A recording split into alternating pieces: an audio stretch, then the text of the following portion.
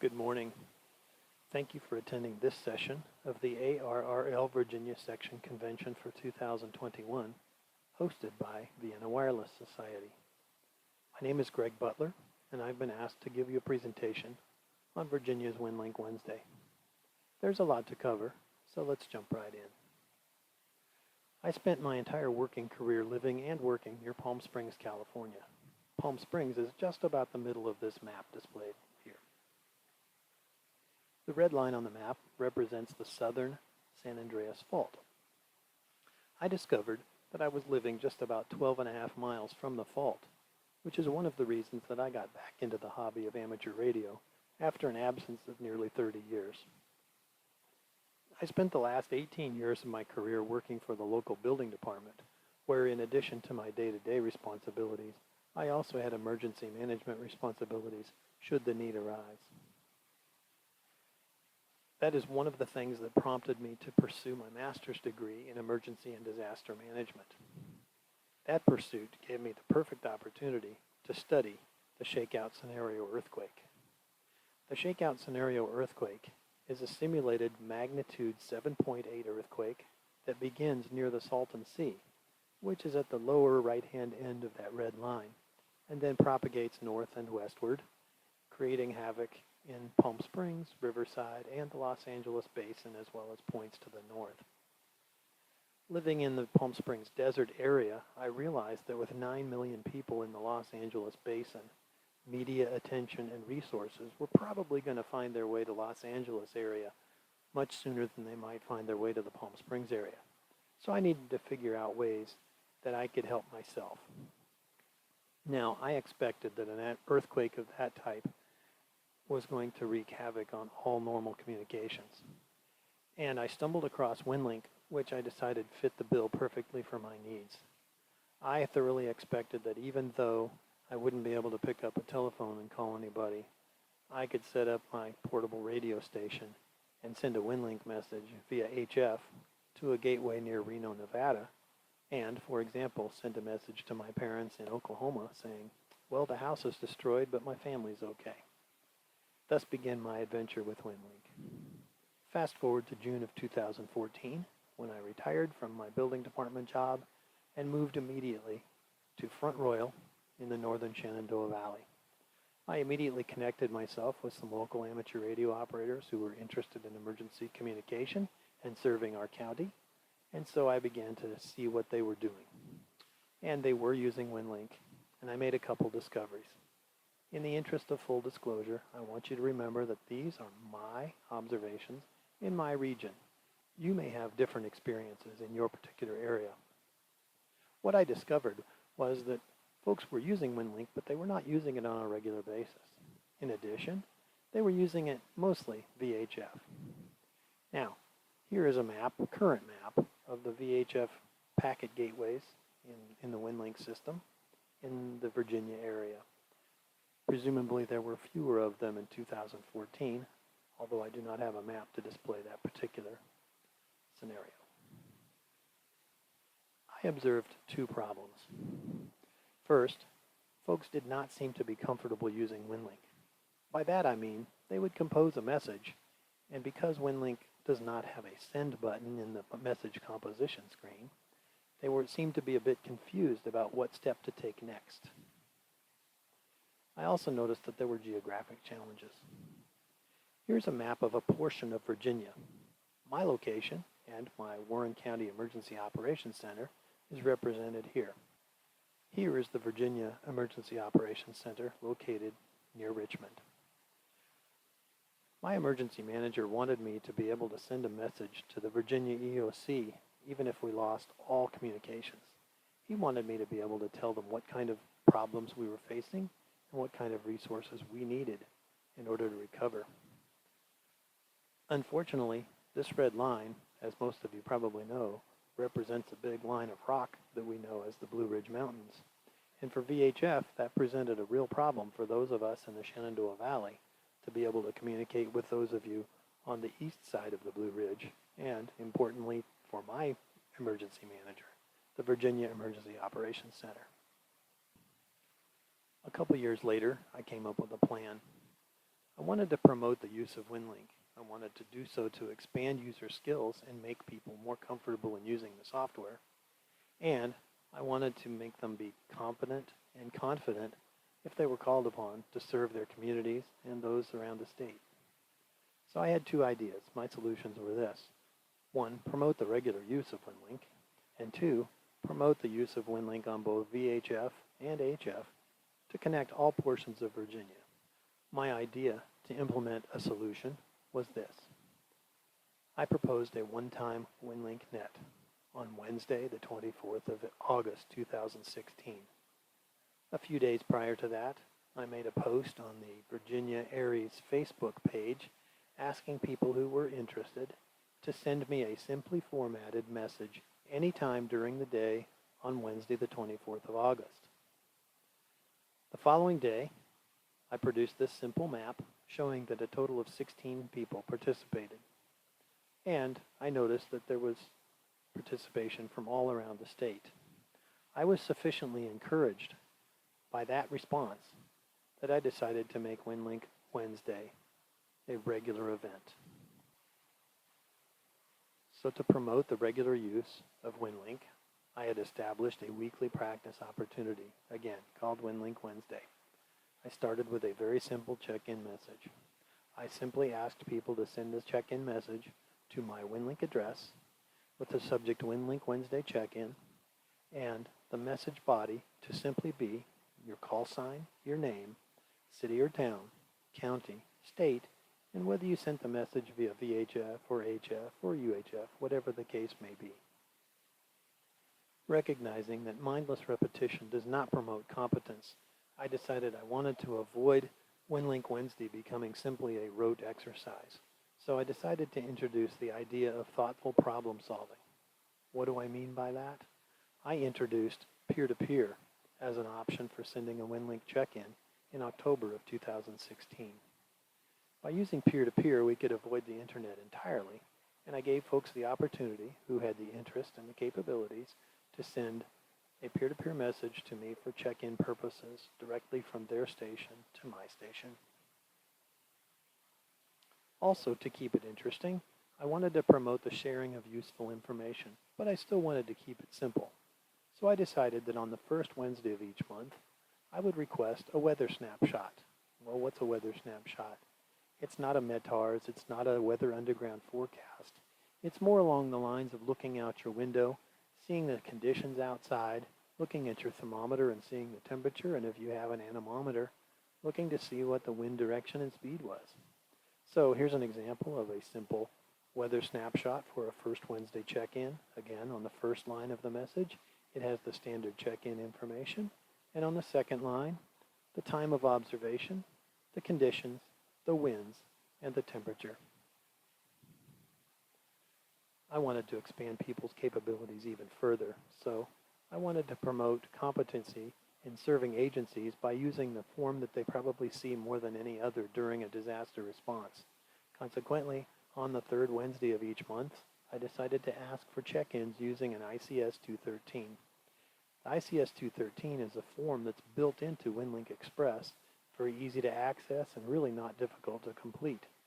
As you can see from this example, everything is really the same as it is on the other check-ins. It's just formatted in a way that professional responders and professional emergency management personnel are accustomed to seeing. And that's an ICS 213 for check-in on the third Wednesday of each month. Winlink Wednesday began to grow. As you saw before, for our inaugural net in August of 2016, we had a total of 16 participants scattered around the state of Virginia. Fast forward a year to August of 2017, we had a total of 51 participants. Now, I don't expect you to be able to read all of the information on this map, but I will point out that some of the icons on the map are blue with blue text, and other icons are red with yellow text. The red icons with yellow text represent those who sent a message through an RMS or gateway station. The blue ones are those who had the capability to send me a peer-to-peer check-in that particular day. So as you can see, we had a scattering of both types of check-ins, again, from around the Commonwealth. At that time, I was beginning to receive some check-ins from out of state just because people had heard about our net and became interested. However, for the sake of keeping my map from getting too complicated and keeping my statistics uncomplicated, I was ignoring out-of-state stations at that point. Fast forward another year, the end of year 2 for Winlink Wednesday, we had a total of 77 participants. Again, represented here on this map, and as you can see, it's a little more crowded, and of course, quite expectedly, the crowding seems to have occurred in the higher populated areas. Fast forward yet another year, the end of year 3 in August of 2019, we had a total of 93 participants. This particular map, you'll notice, RMS check-ins, peer-to-peer check-ins, but the legend also happens to include, since this was a third Wednesday of the month, it notes that 78% of all the messages that I received included a properly formatted Winlink native ICS 213 form. Fast forward yet another year to August of 2020, the end of the 4th year of Winlink Wednesday.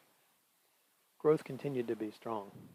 The problem was I was creating a static image map in Google Earth. And if you might have noticed in the previous slides that I had multiple call signs associated with a single icon in the more densely populated areas in order to have everyone display on the map.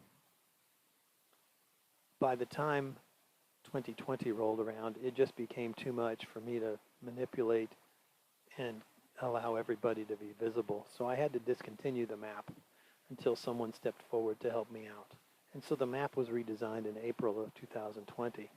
And thanks to Steve Palmer, KW4SHP, and his talents and his willingness to lend his time, we have a much better map now. This map that Steve creates based on the information that I supply to him, he now creates a fully interactive map where you can zoom and pan, and obviously you can see there's extremely crowded areas, particularly in the Northern Virginia area, but you can zoom all the way in as necessary to find your call sign in that list.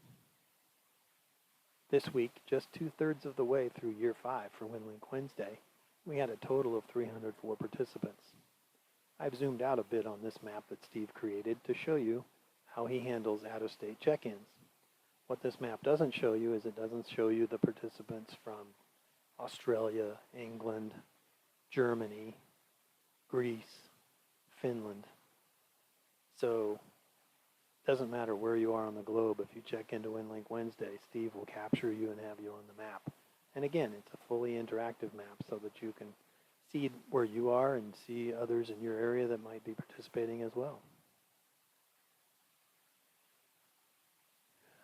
This graph doesn't really require much explanation, but as you can see from the beginning of Winlink Wednesday in August of 2016 to this week here in April of 2021, Winlink Wednesday has received over 37,000 total messages. It seems to be catching on. What was once a Virginia-only net is now clearly international. Over the history of Winlink Wednesday, we have received check-in messages from 47 different U.S. states and territories, missing only the 7 that you see listed there. As of this week, we've received check-ins from 11 different countries noted there. Since the beginning of 2021, we've averaged more than 275 participants each and every week. The record number of participants occurred on February 17th of this year with 311 unique participants. The highest number of Virginia stations on a single week has been 177, and that occurred on February 3rd. So yes, this is a worldwide net, but it's still Virginian at heart. At least we still have more than 50% of the participants be hailing from Virginia. And we do get new participants nearly every single week. And Virginia's Winlink Wednesday has spawned several other nets, of which I'm aware, one in Florida, one in Ohio, one in the Southern California desert, and there may be others. I come at Winlink Wednesday from an emergency management perspective, so I take it fairly seriously. I realize that not everybody has that exact same outlook. As a result, in order that it not be all work, I decided to create what we call the Winlink Wednesday Century Club. Winlink Wednesday Century Club means that you have participated in Winlink Wednesday 100 times, which if you never miss a week, requires nearly 2 years of consistent participation. As of this week, 80 participants have reached Winlink Wednesday Century Club status. And for those long-time faithful participants, I also have a 200-week endorsement, and 12 people have added the 200-week endorsement sticker to their previously issued Century Club certificates. So, now what do we do now that we've got Winlink Wednesday and it's grown? If you recall my goals, I wanted to expand people's skills, and I wanted them to be in a position where they could perform confidently and competently when called to serve. Well, I think we've done that, but now we're a tool without a real task. We need a written plan.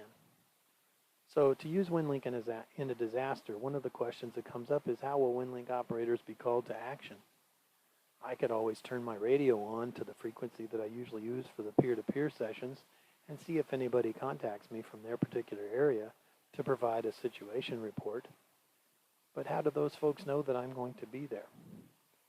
We don't have any official means to let folks who use Winlink know, hey, we need your service. That needs to be included in a plan. We also need to decide to whom they will report. There's a pretty good chance that if something big happens in Virginia, I might have duties to take care of for my local emergency manager. Consequently, I may not be the best person for folks to send their information to. It seems logical that we might need to send information to Virginia's Department of Emergency Management. Again, this needs to be in a written plan. They need to be able to send a message to somebody who's designated to let those who need to know that a particular operator is available for service. And we need to know when those folks need to report, what mode they should use to report, what frequency they need to use if it's a peer-to-peer session, and at what time intervals do they need to report. Do they need a report hourly, daily, weekly? Those things need to be decided. Obviously, an ICS 205 is part of a written plan. We need more. A plan in a vacuum is not of any use. We need relationships. The amateur community needs to have relationships with emergency management professionals if they ever expect to be called to help. At the state level, emergency management needs to be engaged from both the state side and the amateur radio side in order to develop and nurture a relationship so that emergency management professionals can know what resources are available to them, and the amateur radio resources can understand the conditions under which they might be called to serve. As individuals, there's not much that we can do at the state level. However, at the local level, we can individually engage our local emergency manager through personal outreach and begin to develop or improve that relationship. In addition to emergency management professionals, there are also hospitals and other non-government organizations that could use our help in time of need. However, they might not know that we exist. They might not know what we can do. They might not even know what they need. But we can reach these people through personal outreach and through actively participating in our local emergency planning committee. We also need to have a minimum level of training in order to demonstrate to emergency management professionals that we can operate effectively and appropriately in an ICS environment. A couple of years ago, when ARRL published a standardized training regimen for ARES participants, I heard a fair amount of whining about the requirement to take not terribly interesting courses that had little or nothing to do with using an amateur radio in a disaster. However, if we want to be asked to assist during an emergency, we need to be ready to comply. And if compliance means taking a certain number of ICS courses, then we need to do that. Otherwise, we're not going to be asked to help. When we do get asked to help, we need to bring a service attitude. We do not need to be telling emergency management professionals how to do their job. We need to be there as servants to them. We need to do what is asked, and sometimes that may include not using a radio. I promise you that in an effort to maintain and improve my relationship with my local emergency manager, if I'm asked to sweep up a mess that just occurred outside the door so that someone doesn't get hurt by slipping and falling, count on it, I'm going to be out there with a broom. We need still more. Remember that Winlink is just one of many capabilities that amateur radio operators can bring to support a disaster or emergency response. Amateur radio station equipment varies widely.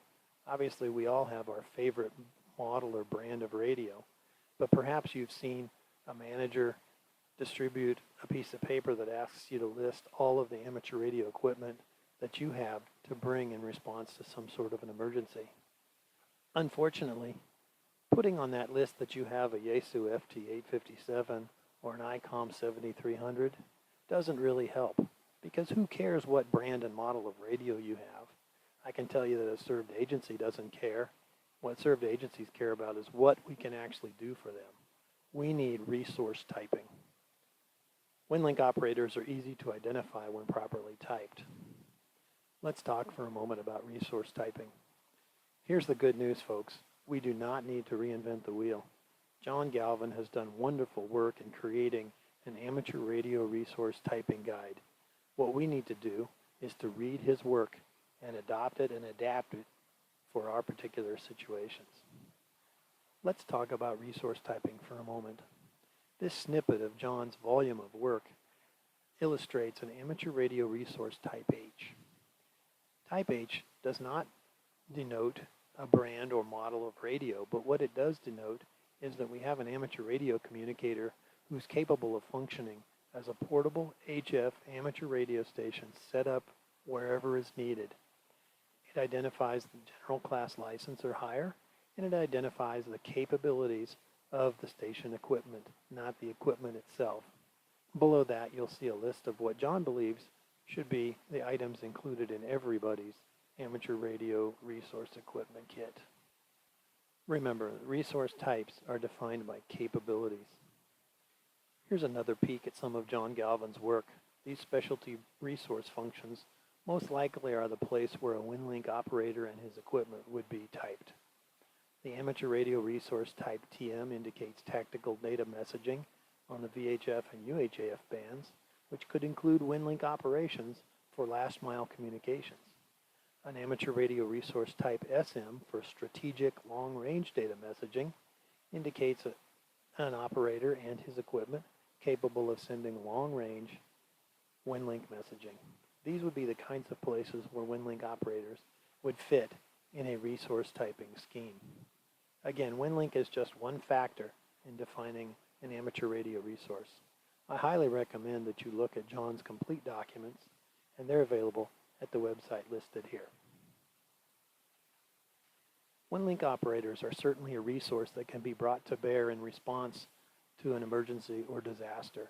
But what has Winlink Wednesday actually done for Virginia? Well, we've created a cadre of capable operators who are pre-deployed around Virginia. That means that the state or localities don't have to spend time, money, and effort in getting the right people to the right places to operate and send Winlink messaging. Winlink Wednesday is a skills practice success story. Well, what does that mean? It means that it's provided consistent training. Over nearly 5 years, Winlink Wednesday has only missed like 3 Wednesdays because of the way holidays have fallen. What other net in Virginia has that record? It's allowed the practice of useful skills, both the sending of simple information through the weather snapshots and through the use of the most ubiquitous emergency management form in the form of an ICS 213. And it has the widest participation rate of any training that I've seen in the Commonwealth since I moved here in 2014. Winlink Wednesday is a contributor to better future response in Virginia. Thank you for your attention. I'm available for questions.